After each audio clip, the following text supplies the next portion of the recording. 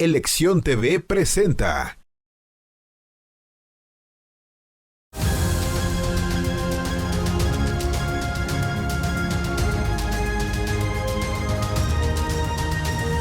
Comicios México 2021. Muy buenas noches, bienvenidos a Comicios México 2021. En esta quinta edición tendremos dos grandes invitados que en unos momentos más presentaré y quiero darles las gracias por acompañarnos en su canal Elección TV. El día de hoy vamos a hablar sobre el contexto político de arranque. Hoy lamentablemente no nos puede acompañar el coconductor estrella de este programa y que realmente es el profesional analista, Pedro Cobo, pero le mandamos un saludo hasta su casa y con esto damos por inicio a esta quinta emisión de Comicios México 2021. Pues estimados amigos, lamentablemente hoy en ausencia de Pedro, esto será medio monólogo, pero me toca hablar de la nota de la semana, la cual, a nuestro entender, fue esa bonita carta que mandó el señor presidente Andrés Manuel López Obrador al presidente de la Corte, el ministro Arturo Saldívar, quejándose de lo que a su juicio es un juez corrupto, con intereses ocultos, que afecta la implementación de la nueva ley eléctrica en el país. Como bien saben, muchísimas empresas presentaron amparos ante la entrada en vigor de esta ley eléctrica, más bien ante la publicación de esta ley eléctrica, porque no todo ha entrado en vigor, hay algunas partes que quedan todavía en suspenso con algunos días para la entrada en vigor. Sin embargo, el presidente se molestó por esta reacción de ciertos grupos empresariales y decidió irse en contra del primer juez que emitió una suspensión provisional. Que hay que entender algo, no es que el juez ya le haya dado la razón a las empresas, simplemente dijo, hasta que yo termine de revisar esto y termine el juicio, no puede entrar en vigor. Ya el día viernes vimos que ya no solo fue una suspensión provisional, fue una suspensión definitiva hasta en tanto termine el juicio. ¿Cuál fue la reacción del presidente? Olvidarse de la división de poderes y solicitarle, exigiéndole prácticamente al presidente de la Corte que tome medidas en contra de este juez. El problema es que ya no solo es un juez. A lo largo de la semana se fueron sumando otros juzgadores federales que fueron dando la razón a ciertas de las empresas. Sin duda todavía faltan muchos más, incluso por aceptar o desechar, pero la realidad está ahí. Cierto, es preocupante que el presidente tome estas medidas, pero igual de preocupante es la respuesta que vimos del presidente de la Corte, el cual de inmediato salió a contestar que analizaría el caso y lo revisaría. Todos los jueces de este país normalmente enfrentan unas revisiones cotidianas que hace el Consejo de la Judicatura. Presentan exámenes, se les evalúa, se les hacen auditorías y al momento no había ninguna irregularidad con este juez. Hoy se ha filtrado a medios que después de este intercambio de cartas, el presidente de la Corte tuvo una reunión con el juez y el juez salió un tanto molesto diciéndoles que él seguirá con su criterio jurídico independiente. Tristemente hemos visto a varias de las instituciones de este país caer ante lo que es la llamada cuarta transformación, en caer en las pretensiones del presidente. Ojalá y la Corte mantenga este nivel de cierta independencia que dé certeza jurídica a los mexicanos. No obstante, permítanme hacer otra reflexión fruto de esta nota. Estamos ante el gobierno más judicializado de la historia, cuando menos de la historia moderna. Desconocemos cuántos casos tuvo Lázaro Cárdenas o Manuel Ávila Camacho.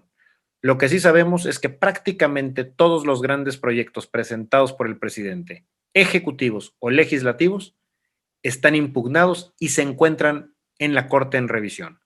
Este caso seguramente también llegará a la Corte.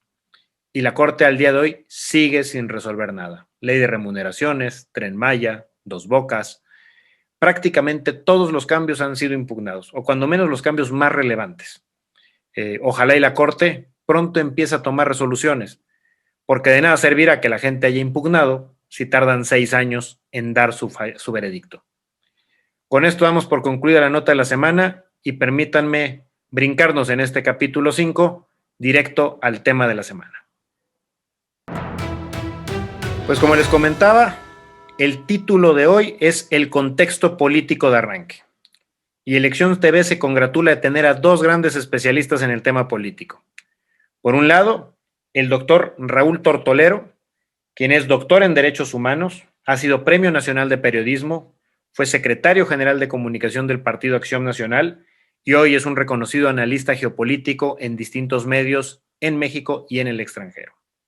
Por otro lado, nos acompaña también el maestro Aldo Campuzano Rivera, quien es director fundador de México Elige, una casa encuestadora, diría yo, que nos ha dado muchos elementos para comentar mes a mes a lo largo ya de varios meses que inició este proceso electoral, y también famoso por salir en distintos espacios de comunicación nacional. Y aunque en su currículum dice que es una de las jóvenes promesas de la consultoría política, la realidad es que hoy ya es uno de los principales consultores políticos por los diversos premios que ha obtenido en las más de 50 campañas en las que ha participado. Doctor, maestro, Raúl y Aldo, si me permitan a lo largo de este programa decirles muchas gracias por aceptar esta invitación y esperemos que demos elementos para que la ciudadanía y quienes nos escuchan tomen mejores decisiones en este proceso electoral. Muy buenas noches, Raúl. Muy buenas noches, Ferdinand. Muchas gracias por la invitación. Gracias. Muy buenas noches, Aldo. Buenas noches, Ferdinand, y saludo a todo el auditorio. Un gusto. Muchísimas gracias. Pues como el título lo dice, le des hablar del contexto político de arranque. Si le creemos no solo a la encuesta de México Elige, sino a prácticamente cualquier encuesta, al proyecto de Leo Zuckerman que agrupa varias de estas, estamos ante un escenario donde vamos a elegir 15 gobernaturas estatales, 300 diputados federales y poco más de 28,000 cargos de elección popular entre regidores, ayuntamientos, diputados locales. Es una locura. Para todo efecto práctico, hoy las encuestas se han centrado en cómo quedará la Cámara y en cómo quedarán las 15 gobernaturas estatales, y tal vez con alguna excepción alguien le da relevancia a ciertas capitales de algunos estados que estarán en disputa, ¿no? Muchas de ellas, prácticamente todas las capitales del país. Haciendo un resumen, pareciera que Morena va a arrasar. Prácticamente la encuesta que veamos mantiene niveles de popularidad muy altos del señor presidente, pero además da expectativas muy grandes de triunfo en muchos distritos electorales, hablando del Congreso Federal, en muchas de las gobernaturas. Hay quienes hablan de 10, de 11, 12, y en algunos casos ha llegado a haber hasta 13 gobernaturas dándoselas a Morena. En este contexto político donde pareciera que la oposición ha quedado borrada, ¿qué opinas, Raúl? ¿Es real esta escenografía que nos pintan hoy las fotos de las encuestas? ¿O realmente podemos vivir un proceso distinto a lo que se espera que suceda este próximo 6 de junio? La verdad es que pueden pasar muchas cosas todavía. No me gustan a mí las adivinanzas. No, te voy a decir que sí tengo confianza en algunas casas encuestadoras, pero las cosas cambian de un día a otro y para eso están justamente los equipos de campaña metiendo información aquí o allá, haciendo campañas de contraste, haciendo muchas cosas. Pasan muchas cosas. También pienso que no es que gane alguien, más bien el otro pierde.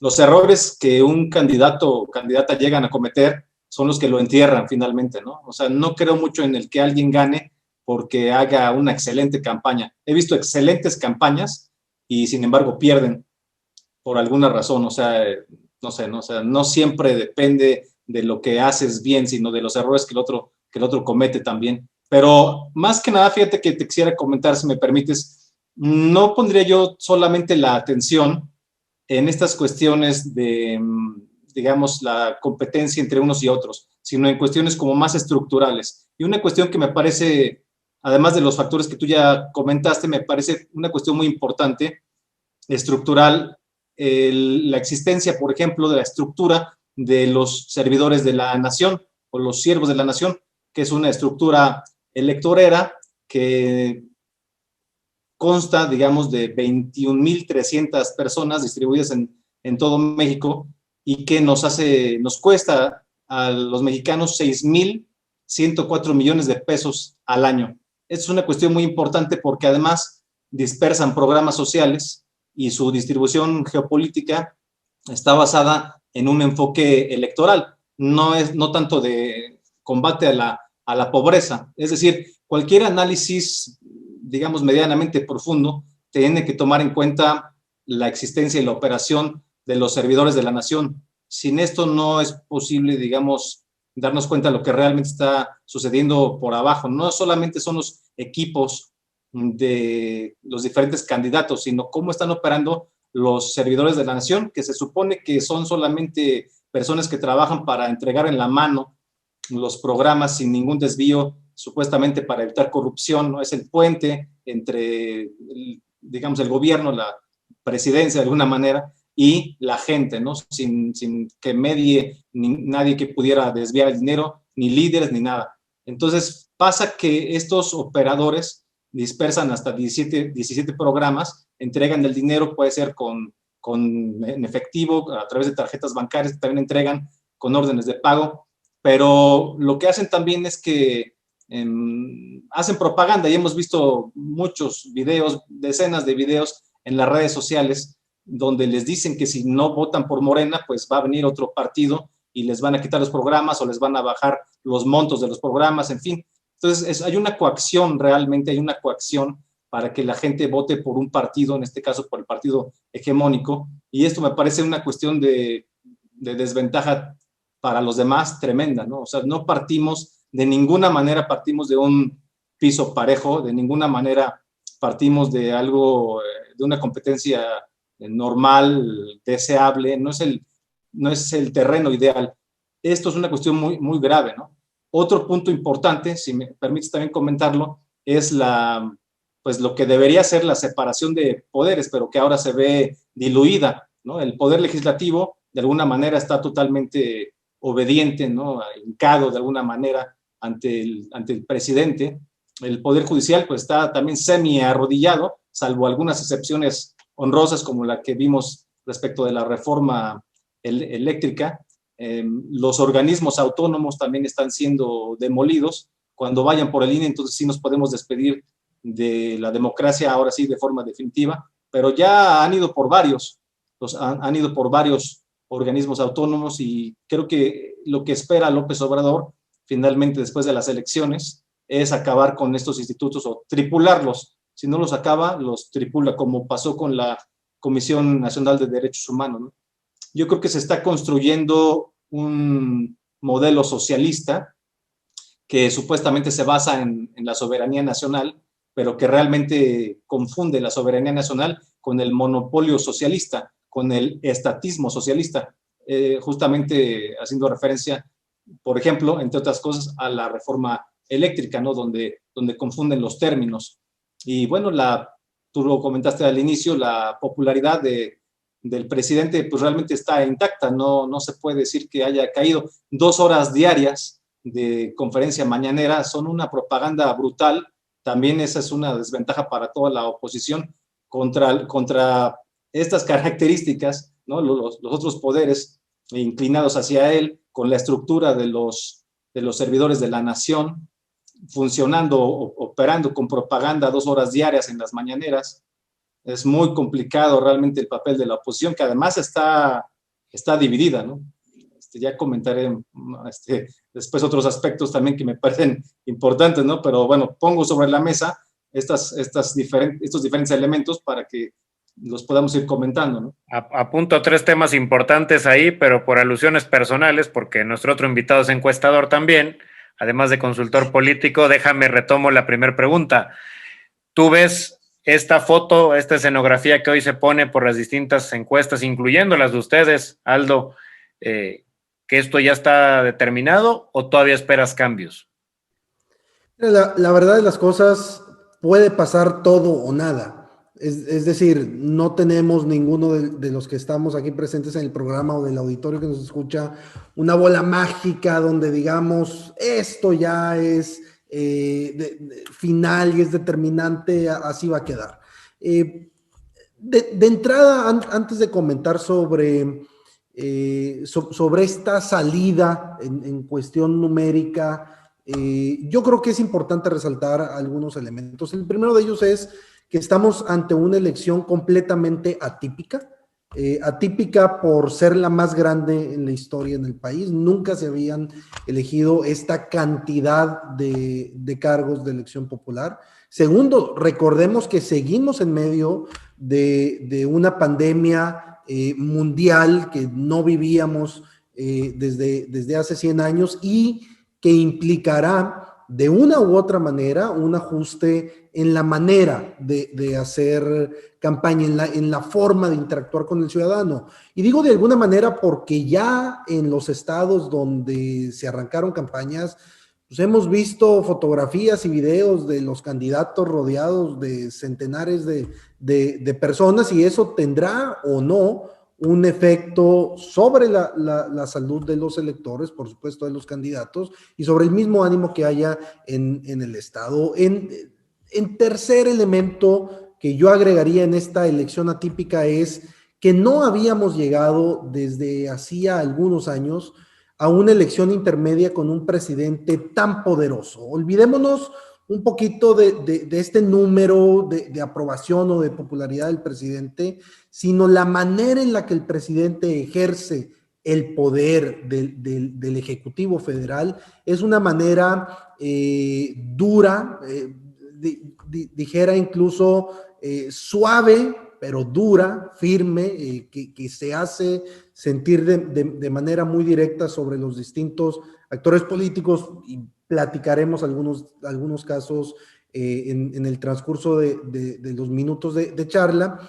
Pero bueno, ya con estos tres primeros elementos, pandemia de COVID, un presidente poderoso y la elección más grande que hemos tenido, y agregaría un cuarto rapidito antes de ver algunas perspectivas de cómo está esa fotografía hoy, es la crisis de inseguridad que estamos viviendo en el país, que de repente pareciera que en los medios de comunicación no la leemos, pero sigue estando en la calle, sigue estando presente. Es una gran preocupación por parte de los mexicanos, y que incluso en estas épocas políticas hemos visto todos estos días, estas últimas 4 semanas, la cantidad de candidatos y políticos que han sido asesinados o amenazados. Entonces, no olvidemos que seguimos viviendo esta crisis de inseguridad. Ahora, sobre el arranque, sí, el presidente tiene una popularidad muy buena, y sobre todo muy buena en un contexto de múltiples crisis en el país, una crisis grave económica, la más importante desde la Gran Depresión, la crisis de inseguridad a la que hacíamos alusión, la crisis de COVID, una crisis también institucional con el tema de corrupción que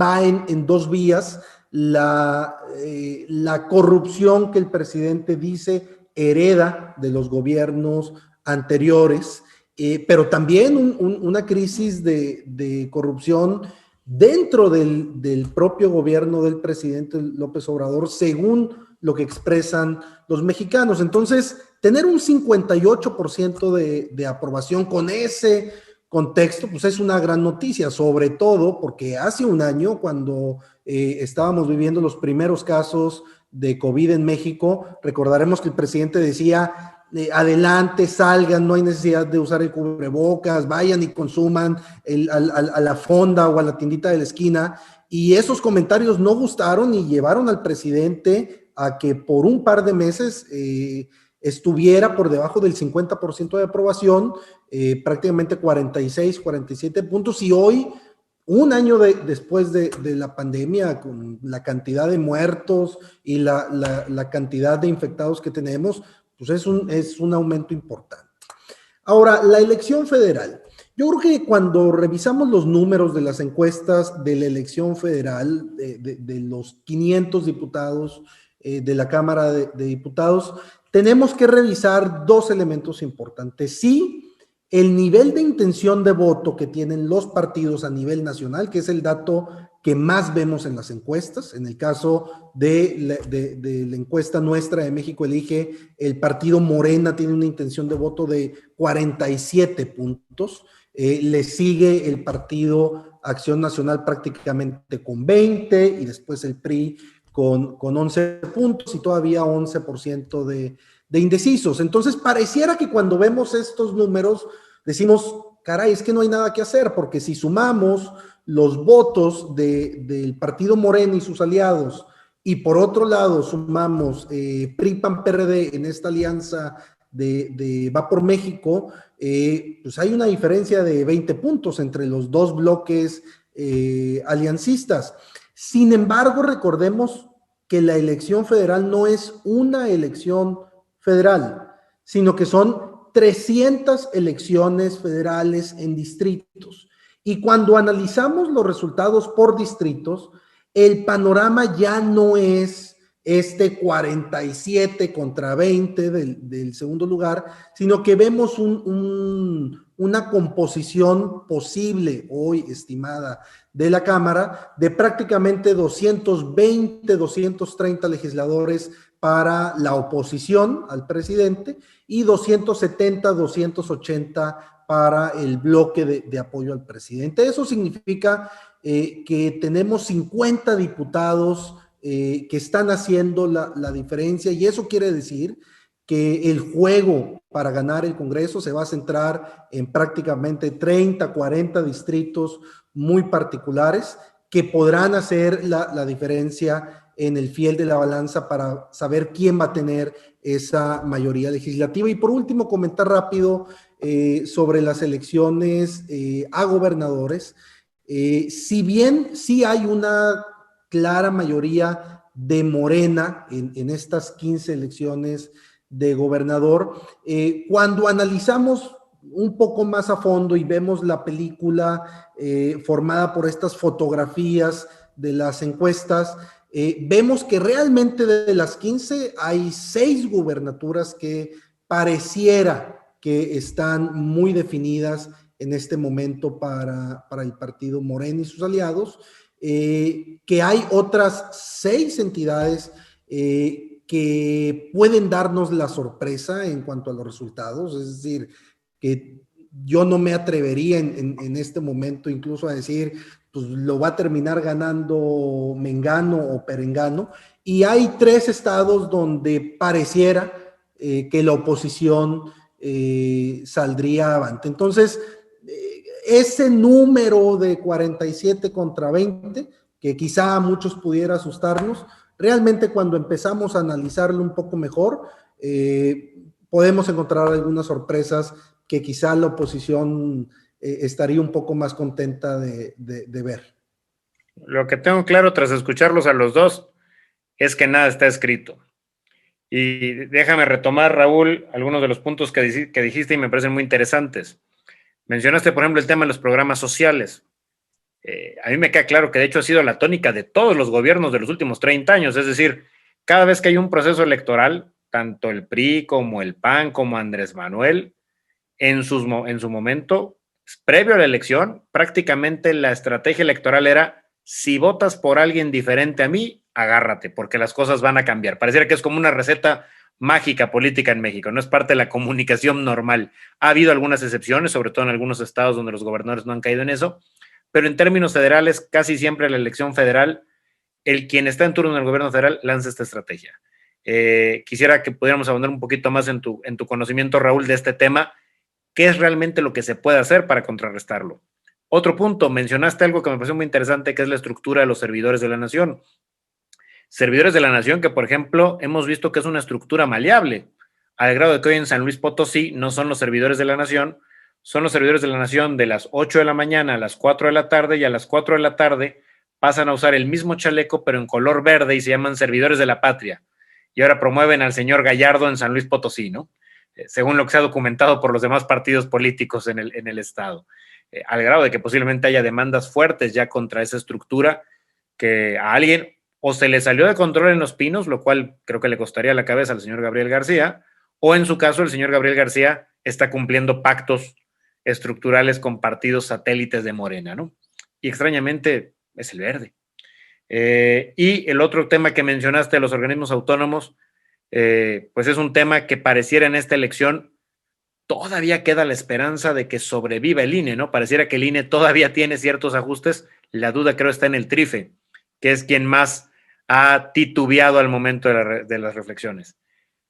¿Cómo quieres ahondar en estos temas, Raúl? ¿Con cuál quieres empezar de nuevo? Sí, con el primero que comentas, el de los programas sociales. Mira, pues sí, evidentemente cualquier gobierno y en cualquier lado, no nada más en México, cualquier gobierno echa mano, digamos, de los programas sociales con ciertos fines electoreros. cosa que no debería, digamos, se da de una forma hasta, entre comillas, natural. No es que esté bien, no es que éticamente esté bien, no es que así deba ser, pero, por ejemplo, vemos el populismo de Joe Biden. Nadie está acostumbrado a decir Joe Biden es populista. Todo el mundo piensa a veces en Trump, ¿no? Por ejemplo, ¿no? Populista igual a Donald Trump. Sí, bueno, a mí no me parece que sea populista Donald Trump, pero sí me parece que es súper, pero súper populista Joe Biden, solo por mencionar el uso de los programas. El señor está invirtiendo 1.9 trillones de dólares en asistencialismo, en programas sociales, pues ante la pandemia, ¿no? Para compensar, para buscar dar apoyos a los jóvenes, a las mamás con hijos, etcétera, las mamás solteras, en fin, una serie de programas para todo el mundo de 1.9 trillones, y eso tiene un fin totalmente electorero. O sea, se hace en Estados Unidos, una de las democracias que supuestamente son más avanzadas en todo el mundo. Imagínate en México. El tema no es tanto qué partidos usan los programas sociales pues para arrastrar voto o para ser carismáticos, para generar simpatía, sino la estructura de los servidores de la nación. Y aquí enlazo el primer tema, el de los programas sociales, con el segundo tema que comentas, ¿no? El de los servidores de la nación. O sea, ¿de qué manera está estructurado este repartir de los dineros públicos para un fin partidista o un fin político que lleva agua a un partido, que en este caso pues es el partido hegemónico? O sea, el conjunto de circunstancias estructurales, eso es lo que es una cuestión brutal, es un manejo centralista exagerado. Pero además de que eso ya es muy preocupante, es más preocupante hacia dónde va todo esto. O sea, en la construcción de un modelo socialista. No debemos de dejar de tener en nuestro análisis esto, ¿no? Porque, bueno, está bien tener las cuentas de todo, ¿no? Y las posibilidades, todo eso sí está muy bien. O sea, es un análisis fino, ¿no? Lo que podemos hacer. Pero a mí me preocupa sobre todo a dónde nos lleva todo esto, ¿no?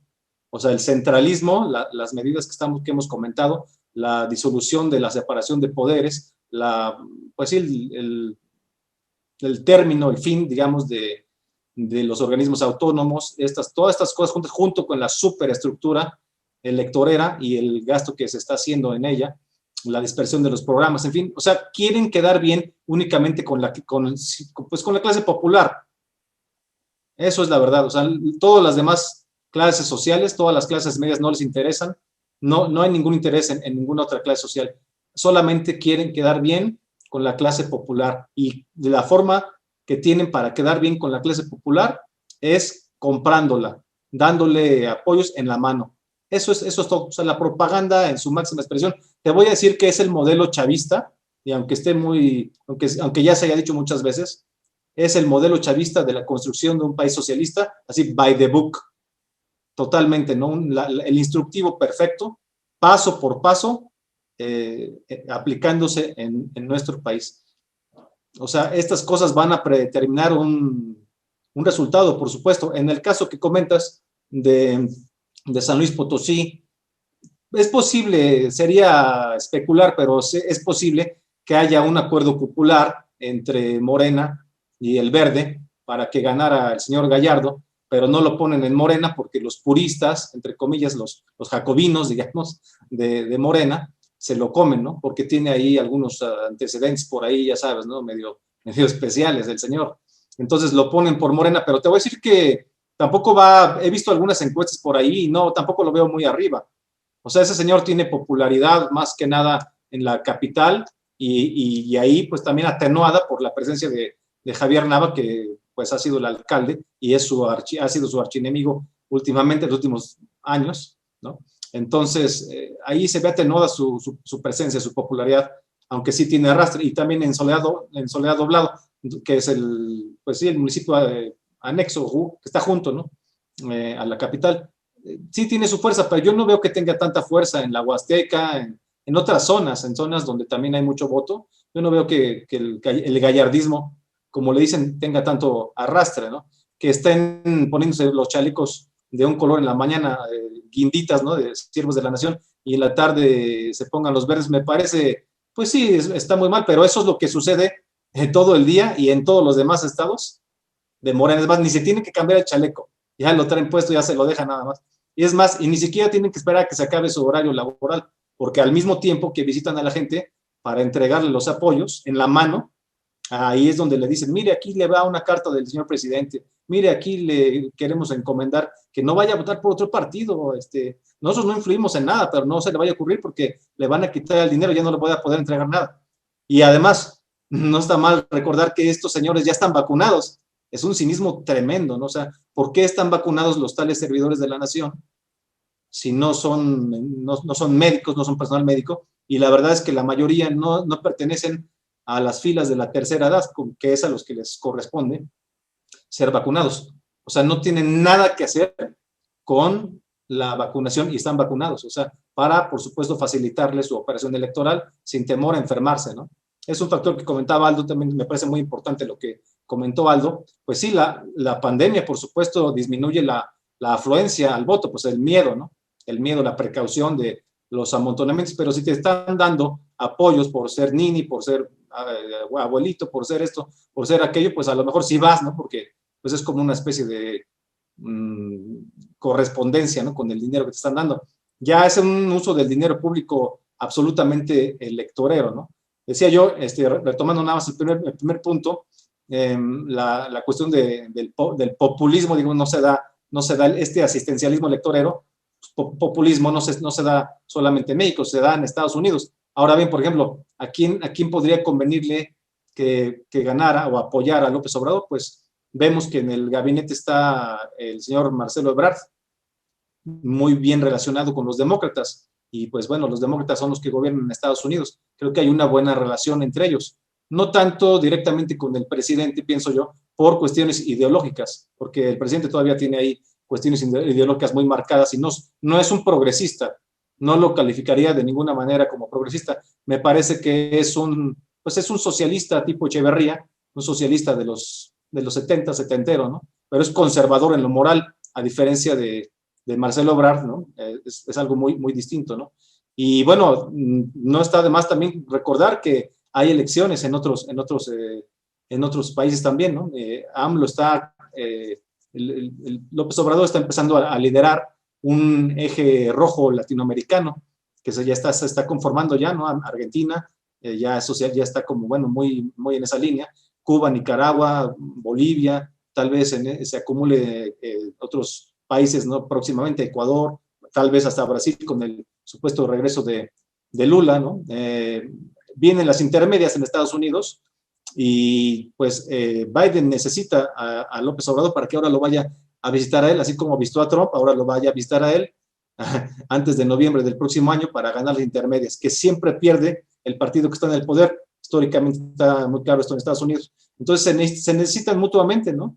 Ya le mandaron 2.7, me parece, o le van a mandar 2.7 millones de vacunas. Bueno, es una pequeña ayudadita, ¿no?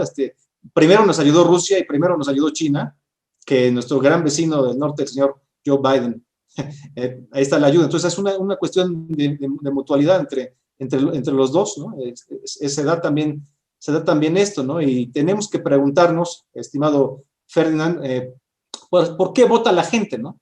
¿Por qué está votando la gente? Cuando ya vemos con este teórico Zygmunt Bauman la liquidez de las ideologías, o las ideologías líquidas. O sea, ya no hay una solidez ideológica de ninguna manera. Ya los colores son un relajo. O sea, todos se pasaron de un partido a otro, de un color a otro. Ante esta liquidez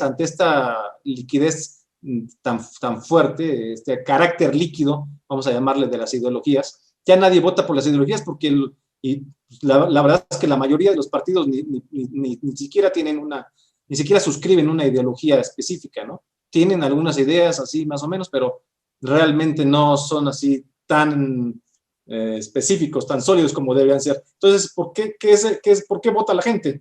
Pues sí, pues por las campañas y todo lo que tú quieras, pero básicamente a nivel estructural votan pues por el dinero, porque los principales problemas de los mexicanos, como en todos lados, es el dinero y la seguridad. Bueno, en México el dinero y la seguridad, la parte económica y la seguridad. Y en tercer lugar, pues la lucha contra la corrupción y la salud.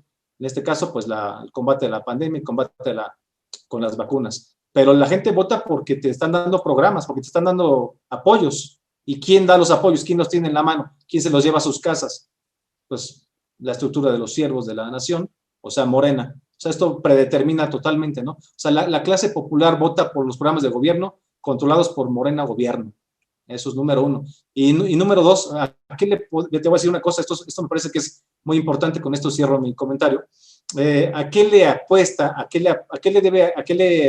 debería apostar la oposición? Veo a una oposición dividida, a una oposición que no ha sabido solidificarse, a una oposición que le falta pues mucho trabajo para cerrar filas. Y ante esto te voy a decir que lo mejor que podrían hacer a nivel estratégico en cuanto a oposición es apostarle en gran escala a la división interna de la hegemonía de Morena, apostarle en gran escala a la división que hay dentro de Morena, digamos, abonarle de alguna manera a estas fracturas, porque hay tal concentración de poder ya en Morena, tal concentración que ya vienen las fracturas, o sea, ya se están matando por el poder ahí en Morena. Se expresa esto en las diputaciones, en muchas cosas, ¿no? En cómo están jugando los grupos de poder internos. Ya hay una ala democrática, así se pusieron de título ellos, pues sí, son un poco más moderados, no son los jacobinos, no son los comunistas, los que quieren fusilar a los conservadores y todas esas cosas, ¿no? Esta ala es una ala pues más decente, digamos, aunque también no dejan de ser de Morena, pero digamos a la fractura de esos grupos es que tendría que estarle apostando la oposición a jalar eso, y eso es lo que finalmente va a pasar. Estoy seguro que no ahora, pero para el 2024 se va a ver esto muy claramente. Interesante, Raúl. Ahorita vamos a retomar varias de las cosas que dijiste porque creo que dan para mucho. Y ligaste muy bien a un tema que creo que domina bien Aldo y que le reconoceré a México Elige, que no solo dice cómo van las aceptaciones y las intenciones del voto, sino va midiendo mucho algo que comentaste, Raúl, que es por qué vota la gente, ¿no? ¿Cuáles son los temas de interés de la gente? Que luego muchas veces es lo que no se da a conocer en los medios de comunicación. Cuando he revisado la información de México Elige, llama la atención que casi siempre el mayor tema de preocupación sigue siendo la corrupción. Cuando estamos ante un gobierno que presume y presume y presume reiteradamente que su gran logro ha sido acabar la corrupción, resulta que el pueblo mexicano sigue pensando que la corrupción es el mayor problema, ¿no? Pero ahorita seguro Aldo nos podrá decir más. Y quiero empezar contigo, Aldo, retomando lo que dijiste en tu primera participación. Todos estos factores que hacen de esta una elección especial. Mencionabas el número de cargos, lo que ya hemos comentado. Raúl hablaba un poco ahora del tema COVID.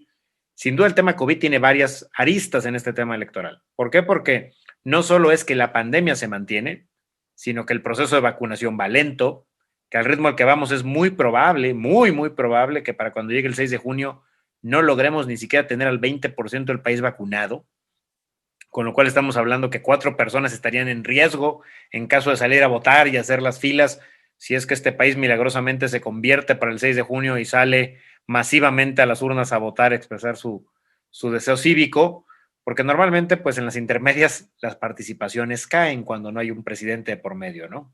Ayuda que ahora hay muchos gobernadores. Pero mencionaste un tema interesante, Aldo, el tema de la seguridad. Justo hoy platicaba con un candidato a gobernador y me decía, es que hoy la profesión más riesgosa en este país es ser candidato. Prácticamente todas las semanas de los últimos 2 meses nos hemos encontrado con el asesinato de un precandidato o candidato en algún lugar.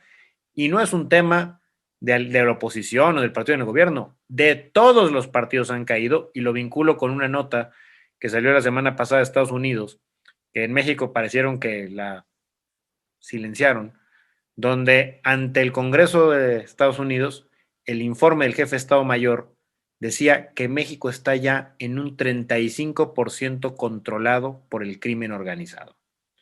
Es decir, 1 de cada 3 mexicanos no tiene hoy un gobernante real, hay un crimen organizado atrás del gobernante que tiene.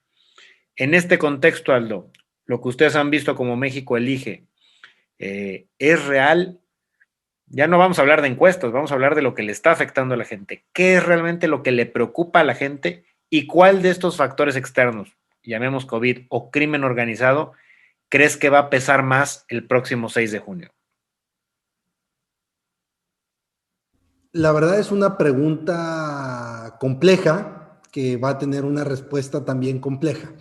Mira, cuando hablamos de la corrupción y cómo es posible que la corrupción siga siendo una gran preocupación para un tercio prácticamente de los mexicanos que declara que es el principal problema del país.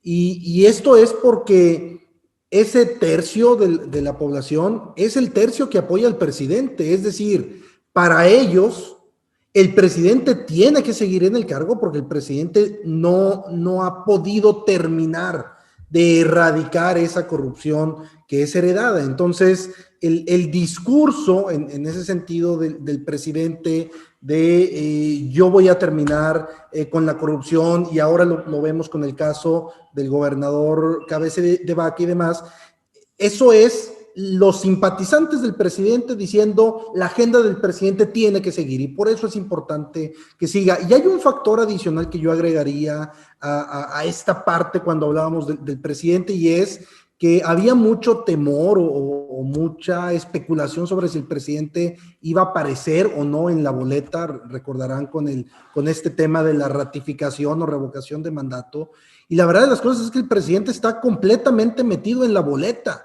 Es decir, aunque no tengamos su nombre y su rostro en la boleta, vamos a tener una consulta sobre el tema de los expresidentes, donde hablamos de expresidentes que cometieron ilícitos, que cometieron actos de corrupción según la visión del presidente, y que por lo tanto va a existir una campaña paralela en la cual se va a estar fomentando el tema. Ahora, la preocupación sobre la inseguridad, sin duda alguna,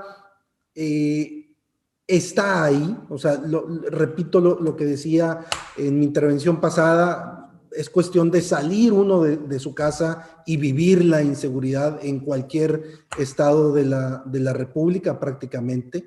Y yo diría que el riesgo, que sí, que quizá de los cargos o las profesiones con más riesgos es la de los políticos o los gobernantes, pero quizá no exclusivamente por el tema de inseguridad, del tema de seguridad, sino la inseguridad en todo sentido, la inseguridad a que si eres un político o un gobernante de oposición, llegue el aparato del Estado y te caiga encima. Entonces, y por último, por supuesto, y yo diría que ese es un gran tema, el problema económico, porque si bien cuando revisamos los temas que preocupan en el país, la economía pues tiene prácticamente a 1 de cada 5 mexicanos preocupados como, pues sí es un problema del país, pero cuando les preguntamos, oye, pero en tu casa, ¿cuál es el problema que tú tienes en tu casa? ¿Es un problema de seguridad o es un problema de servicios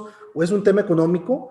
La mitad de los mexicanos dicen, no, es que el principal problema en mi casa es el tema económico. Y yo no he visto hasta el momento una sensibilidad de parte de los candidatos sobre la situación que están viviendo los mexicanos en este momento tan complejo, porque incluso todavía veo yo publicaciones de los candidatos diciendo hay que cuidarnos y ahí viene una tercera ola, hay que evitar salir de sus casas, y esto lo dicen tanto candidatos y políticos del partido oficial como de la oposición, y quizá no han entendido muchos políticos que el mexicano tiene que salir todos los días de su casa si quiere comer, si quiere darle vestido a sus hijos. Entonces, creo que falta una empatía importante de parte de los políticos para entender el momento en el que estamos viviendo.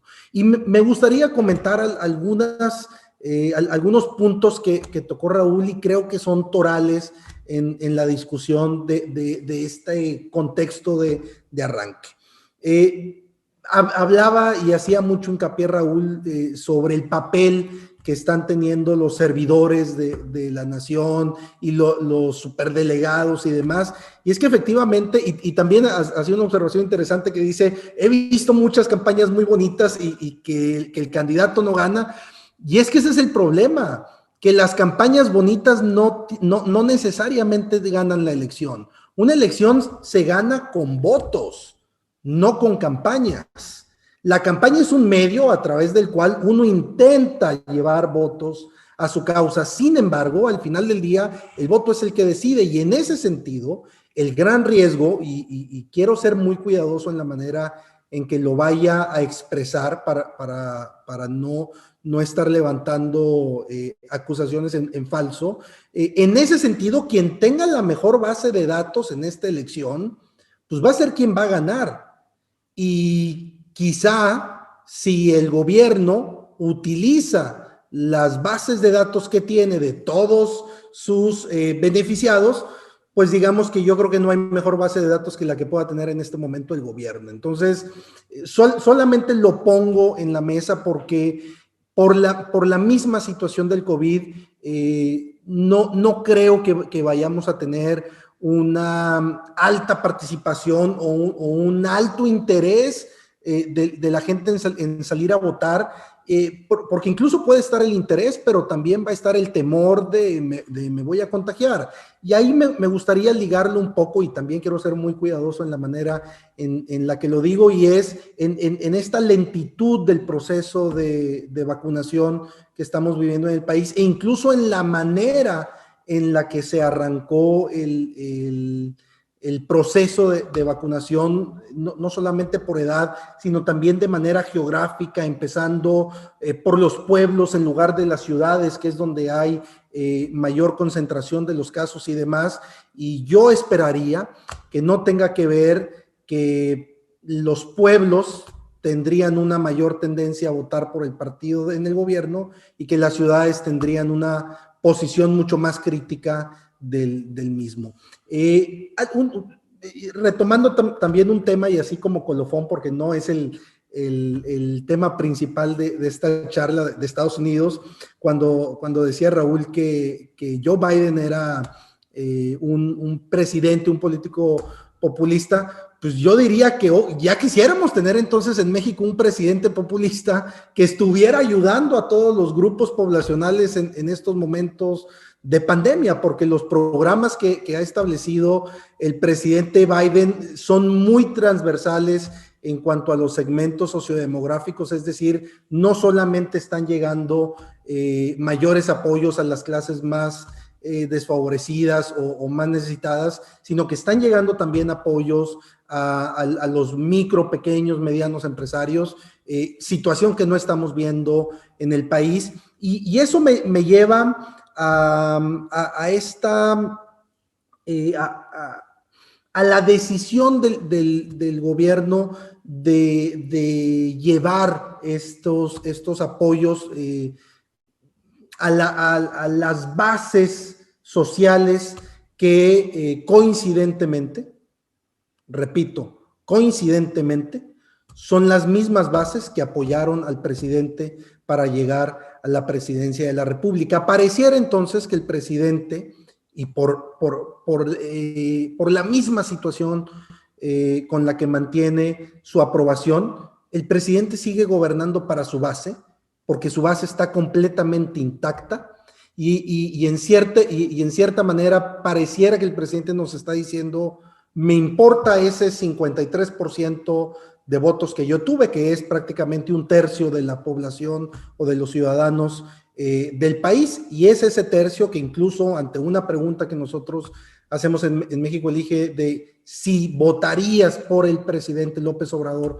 para un nuevo mandato del 2024 al 2030, tenemos una base de 30% que mes a mes nos dice seguramente sí votaría por el presidente para un nuevo periodo. Entonces vemos al país dividido, vemos sí a Morena dividido, pero también, como lo decía Raúl, vemos a la oposición dividida. Pareciera que los viejos agravios del pasado todavía cuesta trabajo de perdonar o por lo menos de hacerse de la vista gorda para pasar este momento. Y en algún debate que tenía yo con legisladores y demás, me decían algunos de ellos, es que cada partido tiene su proyecto de país y es el deber del partido político llevar a cabo ese proyecto de país.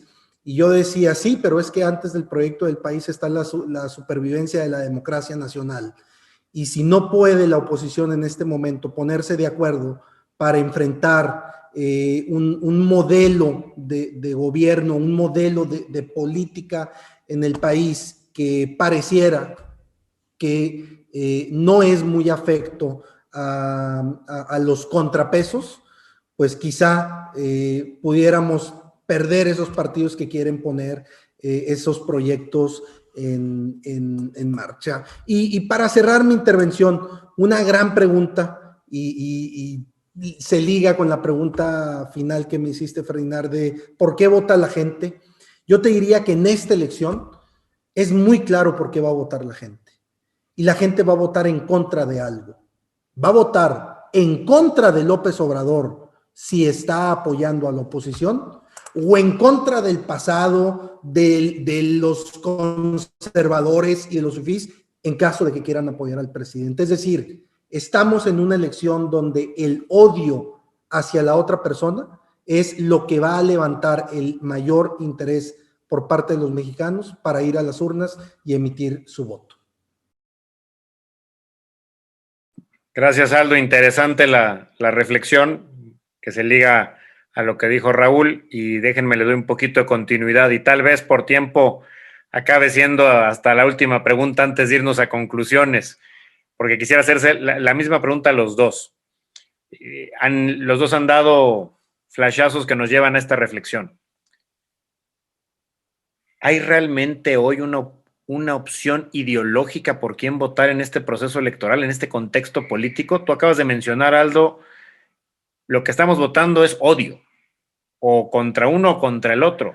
Raúl mencionaba hace rato, pues es que habría que ver cuáles son las ideologías que se están moviendo ahorita en los partidos.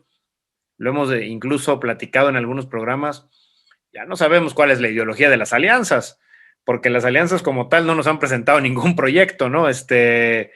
Incluso la del propio Morena, que uno podría ver hasta más congruente, llamémoslo así, con el PT o con el propio Verde. De pronto ves al PES ahí en algunos temas, en la operación práctica en el Poder Legislativo. Dices, caray, ¿cómo se está moviendo? Y en el caso del PAN, PRI, PRD, bueno, si le preguntas a uno de sus candidatos, lo pones a llorar, porque pareciera que no sabe qué contestarte, si es de izquierda, si es de derecha, si es de centro. Dependiendo del estado en el que esté, la alianza tiene una ideología diferente, y eso yo no sé cómo al momento de ser legisladores vaya a funcionar, porque pareciera que están eligiendo en el mismo grupo parlamentario a opuestos. Y los dos comentaron a lo que es real. Hablaban del tema de cómo estos servidores y con los programas sociales hacen uso de las carencias de la gente, de este problema económico que mencionan los dos, que Aldo nos presenta mes a mes ahí, cómo va afectando a esta preocupación de las familias. La realidad es que estamos en un país en el que solamente el 16% es clase media para arriba, el otro 84% es clase baja para muy baja. Entonces, estamos hablando de que el caldo de cultivo sobre el cual se está basando una de las ideologías es el 84% del país. Cierto, ha sido el mismo escenario para todos los partidos políticos y aún así ha habido alternancia. Hay quienes me dirán, no, es que la alternancia siempre ha sido un acuerdo, fue un acuerdo entre el PRI y el PAN, luego entre el PRI y Morena, luego entre el PAN y PRI para que no llegara Andrés Manuel. Siempre habrá teorías de la conspiración, ¿no? Pero al final, el hecho es que ha habido alternancia. Hoy, realmente ustedes en este escenario de arranque, y le hago la pregunta a los dos, si quieres comienzo contigo, Raúl, realmente, además del odio que menciona Aldo, ¿se está votando por algún tipo de ideología o plan concreto? ¿O pareciera que estamos como en el modelo americano anti-Trump, pro-Trump y matémonos el día de las urnas? Se las dejo a los dos. Comienzo contigo, Raúl. Sí, gracias, Fernando. Bueno, te contesto primero nada más por alusión un poco a lo que comenta el compañero Aldo respecto de lo que comenté en la primera pregunta de las campañas bonitas, ¿no? Que no se ganan las elecciones con campañas bonitas. Bueno, es decir, bonitas es una palabra que usé, ¿no? Evidentemente me refiero a una campaña bien hecha y todo. Está bien. Se supone que si haces las cosas bien, con un buen discurso, unas buenas propuestas, con contacto con la gente, etcétera, etcétera, todas estas características, si se dan, es una campaña bonita, lustrosa, digamos, brillante, bien hecha, entonces llevarías más gente a votar por ti, en teoría. Pero eso es lo que digo, independientemente si le decimos bonito, lustroso, simpático, eficiente o como quieras, a lo que me refiero es que no ganas con eso. O sea, no ganas con eso. Uno de los dos pierde, ¿sí? O sea, por ejemplo, bueno, no quiero mejor poner ejemplos, pero pierde uno de los dos. Son los errores que el contrincante comete realmente los que lo van haciendo menguar. Eso es de ahí parto yo, esa es mi teoría. Y respecto a lo que comenta Aldo sobre Biden, dices, sí te lo tengo que comentar más seriamente, con todo respeto, porque, o sea, qué bueno, ojalá tuviéramos un presidente igual de populista que Biden, porque Biden va a dar y repartir lana a todos y está apoyando a todo el mundo y todo. Bueno, ahí sí, para que veas, ahí sí hay que tener mucho cuidado, porque es que ese dinero no sale de las bolsas de él, ese dinero sale de las bolsas de la gente. Estados Unidos está entrando, va a subir impuestos para empezar, o sea, ya lo había yo dicho a principios de año, este cuate está aventando dinero como loco, porque quiere ganar las intermedias del próximo año y quiere reelegirse en el 2024. Es la verdad, es que está ahorita metiendo dinero, pero ese dinero genera un hueco, y ese hueco se tiene que cubrir de alguna manera. Y lo que sigue del populismo son las subidas de impuestos, ¿no? O sea, elevar los impuestos. Entonces ya se anunció hace unos días que Estados Unidos va a elevar impuestos de una manera brutal, quizás la subida o el incremento de impuestos más grande de los últimos 30 años. Imagínate nada más a qué nivel van a subir. Siempre hacen eso los Dems, ¿no? Los demócratas. Primero avientan dinero a manos llenas, pero después hay que pagar la cruda, hay que pagar el pato de alguna manera. Bueno, solamente por comentar eso, ¿no? Y bueno, ya entrando en cuanto a tu pregunta, Ferdinand, pues no me parece que sea solamente el odio, la emoción única o primordial que defina esta elección. Sí es cierto que nadie piensa el voto. O sea, hay comunicación racional y comunicación emocional en un esquema así muy sencillito, ¿no? Digamos, ¿no? Básicamente, las razones que te harían votar por alguien o dejar de votar por alguien, pues son muy notorias y todo el tiempo las estamos viendo, pero ¿quién las lee? ¿No? Por ejemplo, México aparece, si fuéramos racionales y razonáramos el voto, o sea, si la comunicación fuera dirigida a la cabeza de las personas, México aparece en el lugar 130 de 180 en el índice de percepción de corrupción 2019. El 75% de las licitaciones de este gobierno han sido adjudicaciones directas, ¿no? Ahí saquen sus conclusiones. En el 2020 hubo 35,000 asesinatos, hablando de seguridad. Hubo 19 periodistas asesinados en 2020, con lo cual alcanzamos un récord. 12 millones de personas perdieron su empleo por la pandemia, entre otras cosas. Solamente entre mayo y abril del año pasado se va a cumplir un año. La economía cayó un 10%, de acuerdo a la Conferencia de Naciones Unidas sobre Comercio y Desarrollo. Entre enero y mayo de 2020 se fueron del país más de 8.500 millones de dólares de capitales extranjeros. Bueno, y a esto se acumula la intentona de la reforma eléctrica, etcétera, ¿no? Todo lo que ha venido sucediendo después. Yo creo que eso sería suficiente y hasta sobra en cuanto a datos para que alguien se convenciera que no hay que votar por ese partido, ¿no? Que está impulsando estas cosas o que ha arrojado estos resultados o que tiene estas fallas o estas carencias, estas omisiones. No se puede votar por ese proyecto, cualquiera podría pensar así. Sin embargo, la gente, cierto sector, que es el sector popular, que se ve beneficiado por estos programas de forma directa, pues sí, muchos de ellos sí van a votar por Morena, es la verdad de las cosas, sí van a votar, o sea, le pueden decir lo que sea, ¿no?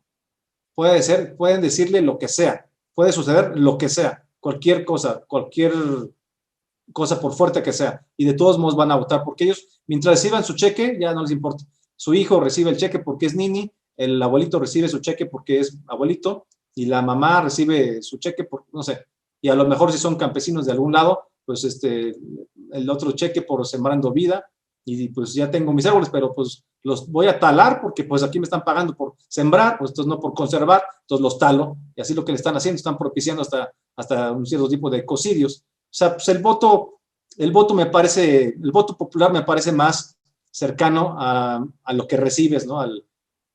Pues sí, a lo que recibes a nivel económico, a los beneficios directos, ¿no? Más que un voto, no es un voto razonado, no me parece que sea un voto muy razonado. Sí nos mueve a todos, nos mueve de cualquier clase social, sí nos mueven las emociones, quizás mucho más que las razones. Pero pues sí está partido en amor y odio, en eso sí coincido con compañero Aldo.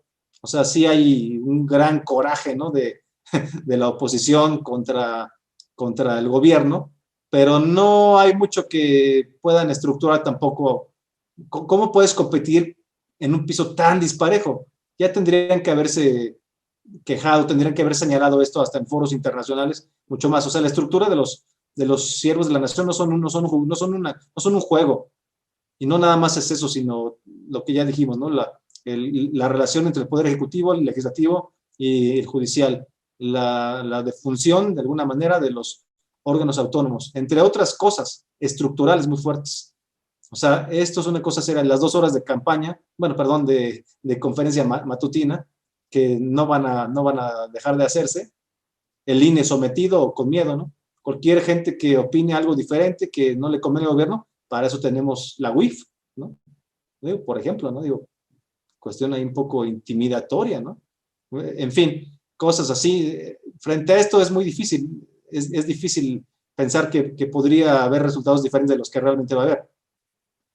Me parece complicado que pudiera ganar la oposición más que está fragmentada. Por eso digo, realmente la línea estratégica básica, digo, nos guste o no, digo, claro que debería ser diferente, debería haber una oposición unida con más liderazgos, con más discursos, cercana a la gente, porque yo no veo a la oposición, con todo respeto, con todo respeto, no veo a la oposición muy cercana a la gente, no la veo muy cercana a la gente, no viven las necesidades de la gente, o sea, no se han sabido acercar.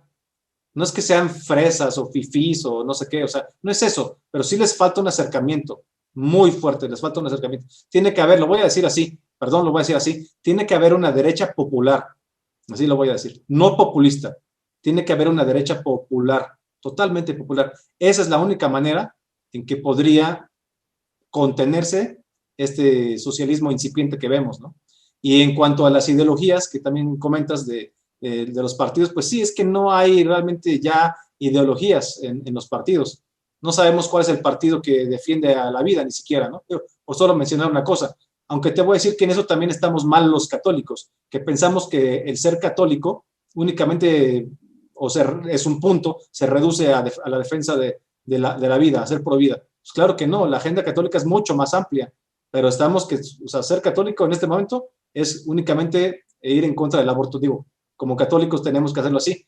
Se supone que el Partido Acción Nacional, bueno, no se supone, está adscrito a la ODCA, la Organización Demócrata Cristiana, y con ellos se tiene que de alguna manera adherir a las ideas contenidas, a los conceptos contenidos en la doctrina social de la Iglesia, en donde, por supuesto, pues no se puede apoyar al aborto, ¿no? No se puede apoyar al aborto, además, pues es por los mandamientos, por lo que tú quieras, pero es un partido demócrata cristiano, el PAN. Entonces no entiendo cómo de pronto ahí hay algunas personas que no saben qué decir. Vamos a suponer que todos en el PAN fueran pro vida. Ok, qué bueno, pero aún así, con las alianzas, con el PRI, que es, según ellos, creo que Nacional Revolucionario o algo así, y con, no sé, con el PRD, que pues sí es de izquierda, ¿no? En teoría. Entonces ya no se sabe qué se va a quedar y qué no. Sí, es el fin de las ideologías, ya anunciado hace mucho tiempo, la liquidez de las ideologías, carácter líquido de las ideologías, y no se sabe bien por qué se está votando, y eso también es un fracaso en el discurso de todos. En Morena no hay tanto problema, porque pues no hay discurso, pero hay 2 horas de mañanera diaria, y hay apoyos, entonces, pues, ¿qué? No necesitamos más discurso, o sea, no necesitamos ideología, ya tienen el dinero, digamos, ya tienen el cheque en la mano, no hay necesidad de ninguna ideología, pero de todos los demás sí, ¿no?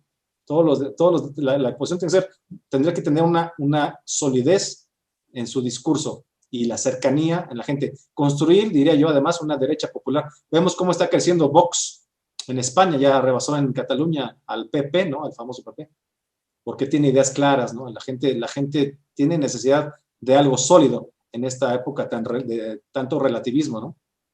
Con eso finalizo este comentario. Gracias, Raúl, muy interesante. Aldo, Puedes hacer alusiones personales también en derecho de réplica y obviamente te pediría que también respondas el tema de si existe realmente claridad de por qué se está votando en cuanto a la opción, no en cuanto a los temas ahora con las ideologías. Gracias, Aldo. Perfecto. Sí, tendré que tomar la alusión personal al que está corriendo el tema ya paralelo al resto del debate. Digo, la verdad no creo que sea el foro para que traigamos un debate sempiterno de la política económica de un gobierno y la participación del gobierno sobre la economía de un país.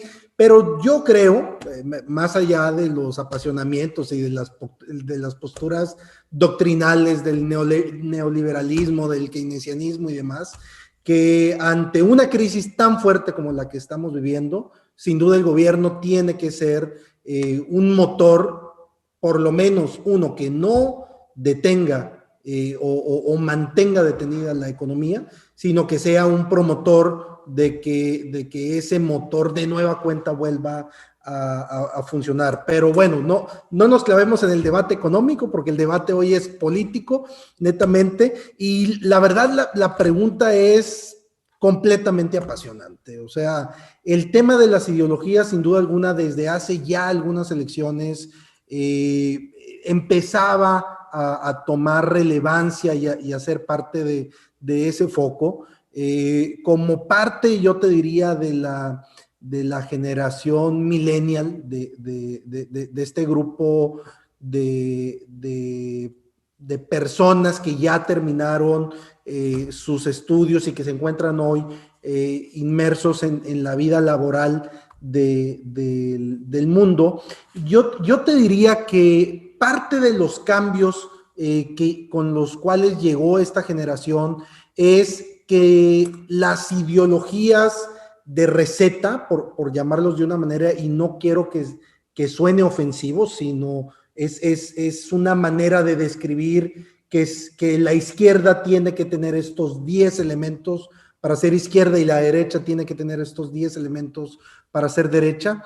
La verdad de las cosas, en esta generación, esa liquidez de la cual nos habla Raúl es muy clara y en lugar de hablar de ideologías se habla ya de microideologías, donde incluso una persona puede estar a favor del matrimonio entre homosexuales, pero en contra completamente del aborto. Es decir, porque es una postura personal que trasciende estas recetas. Y eso lo que nos lleva es a que las decisiones, y aquí lo digo con tu pregunta de si estamos viviendo en una elección con una propuesta ideológica o con una postura ideológica sobre la cual podamos decidir.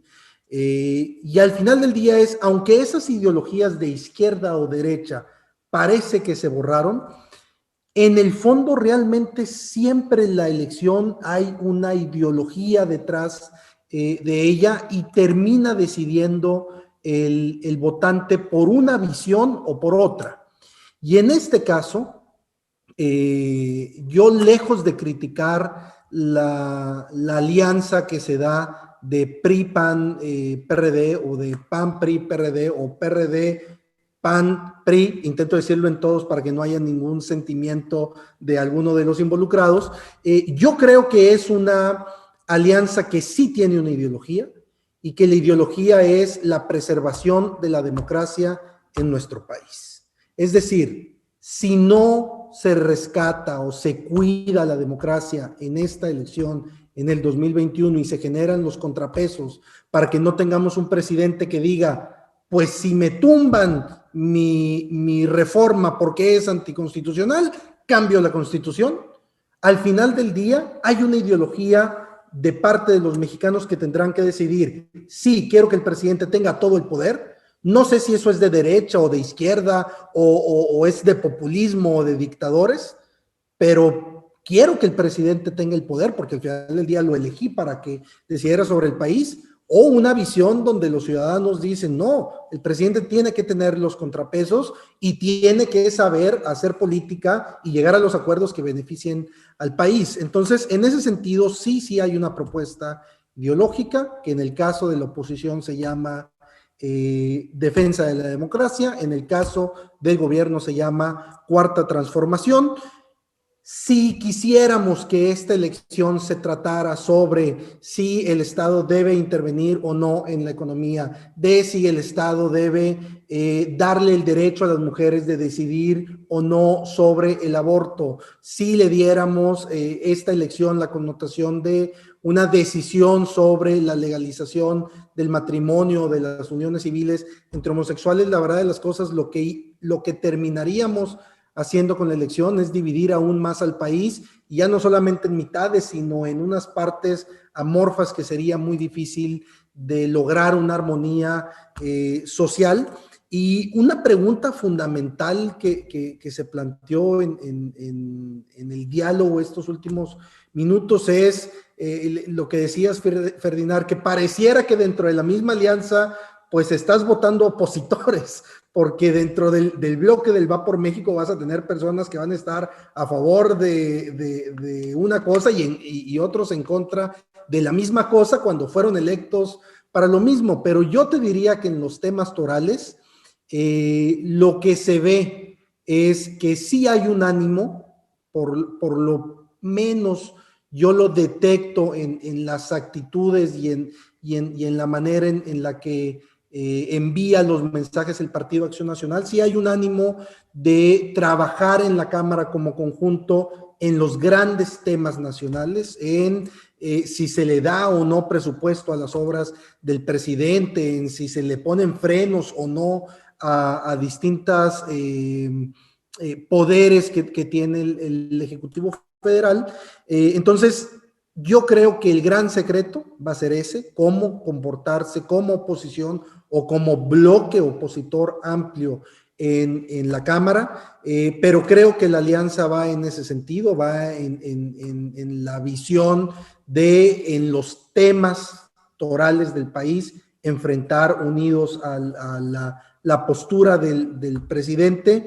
Y para cerrar mi comentario, yo coincido y lo digo siempre en las clases y en las conferencias que doy, y es que el voto podrá ser todo, pero la menor de las veces es racional. O sea, terminamos votando, ya sea por odio, como lo comentaba yo, que es mi visión de esta elección, pero siempre es emocional. Y en muchas ocasiones utilizas las razones para justificar tu voto emocional. Es decir, yo creo que en este momento los empresarios, los medianos, grandes empresarios del país, yo creo que pensarán votar en contra de la cuarta transformación porque no están recibiendo un apoyo, y enumerarán la serie de datos que nos dio Raúl en su intervención pasada, pero pues al final del día la decisión del voto es,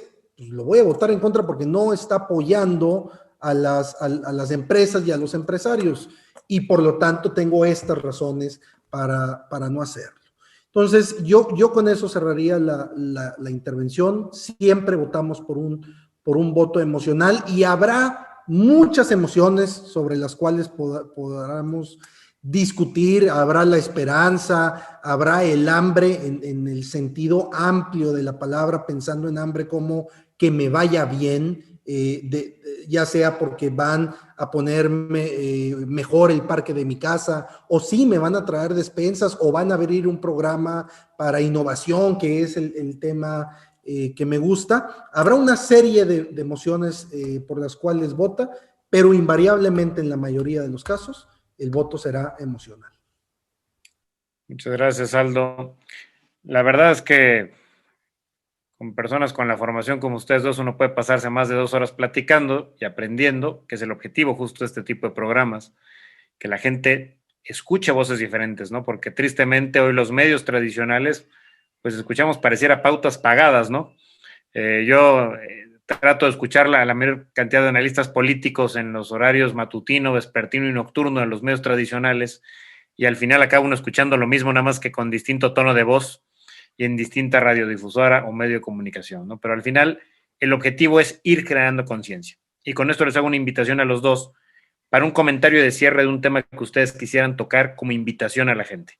Porque parte del objetivo de este programa es esto, compartir debate, compartir ideas. Ustedes han coincidido en algunas cosas, han sido divergentes en otras, pero al final creo que nos une a todos lo mismo, el deseo de un mejor México, como creo que le une a la mayoría de los mexicanos que vivimos en este país, e incluso a quienes han salido y han cruzado la frontera y hoy prácticamente más de 30 millones viven en Estados Unidos, ¿no? ¿Cuál sería un mensaje breve? Sí, les pediría que fuera breve, que quisieran hacer de cierre de este programa. Raúl. Sí, gracias, Ferdinand.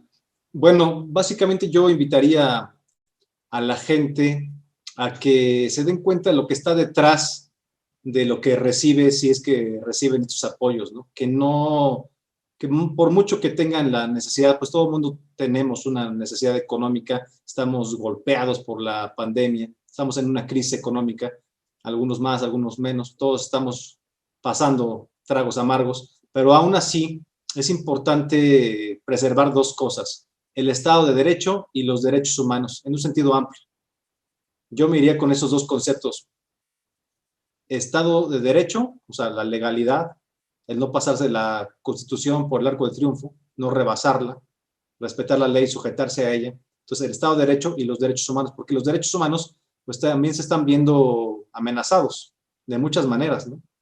La libertad de expresión, el periodismo, la libertad de reunión, en fin, la libertad religiosa. Esta reforma constitucional o paquete de reformas, de 48 reformas a la Constitución que están intentando pues aprobar los diputados, ya la aprobaron en la Comisión de Puntos Constitucionales y están por pasar al Pleno. Es realmente una agresión en muchos sentidos, es una agresión en muchos sentidos a la democracia, a la religión, a la vida, a la libertad de los padres para dirigir a sus hijos, para educarlos, en fin.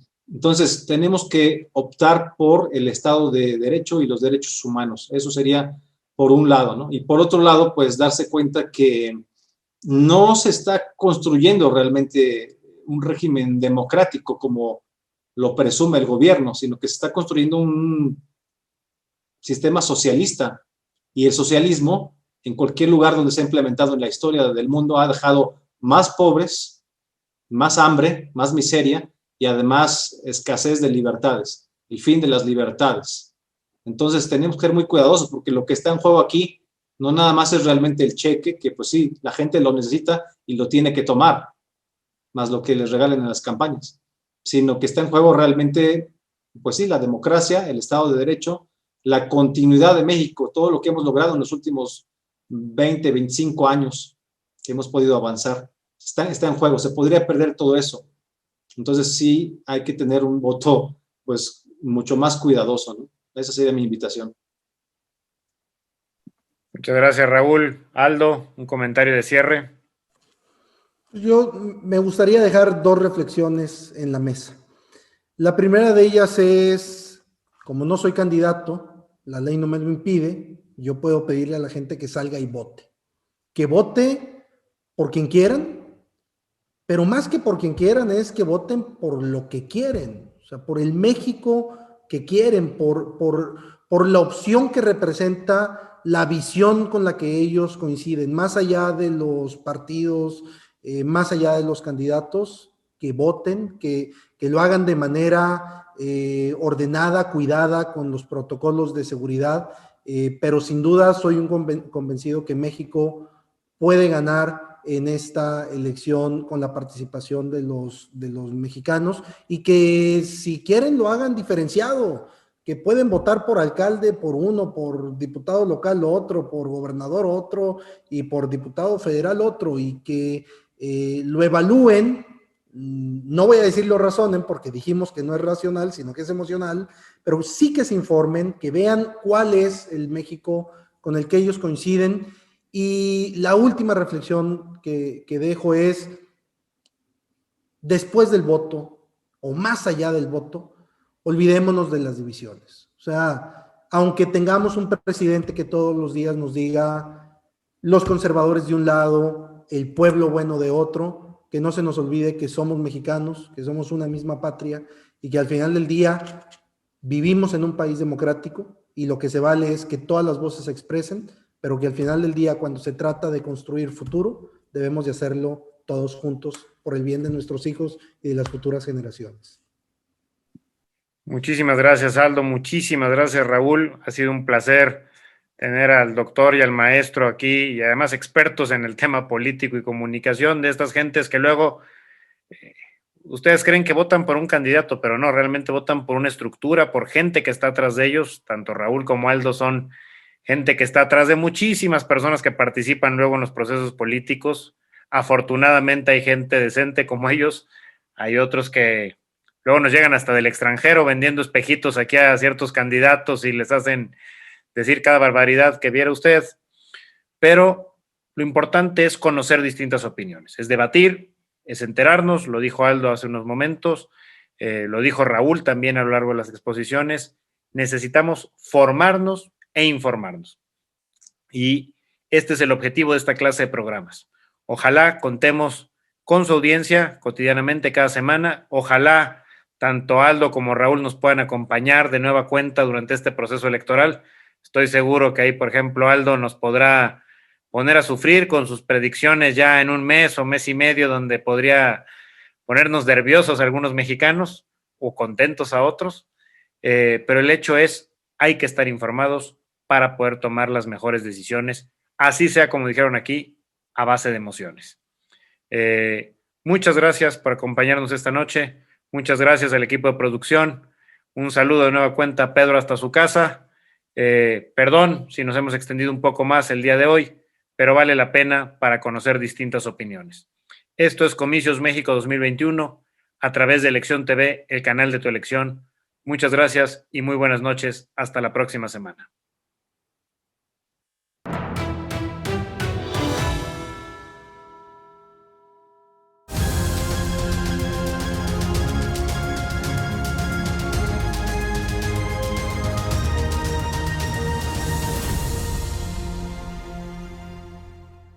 Elección TV presentó Comicios México 2021. Por hoy, las voces se escucharon, todos los argumentos, todas las líneas y todas las opciones tienen cabida. Comicios México 2021, un programa imparcial, serio y profesional. Solo aquí, en Elección TV, el canal de tu elección.